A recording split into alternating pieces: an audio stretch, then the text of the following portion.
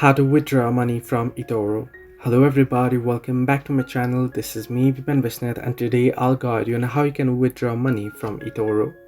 Now the process itself is pretty simple and pretty easy, so let me guide it through. Unfortunately, I'm unable to show you here by doing so, but I'll just be guiding you through this browser here.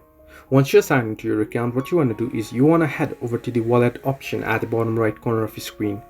So you can see the wallet option, you can tap on it. Once you tap on it, you'll get the transfer option at the bottom right, just above the wallet option. You can tap on transfer there, and now you can see you'll get the option to withdraw or deposit. Since you want to withdraw, you can simply tap on withdraw and go ahead through the prompts, add in your details, and you're good to go. So this is the way, or this is the option where you'll be able to withdraw from Etoro.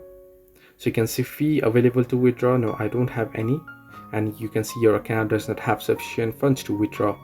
So this is the way that you can withdraw from Etoro. Hope this helped you. Do like and subscribe, and do not forget to leave a comment down below if you have any further issues.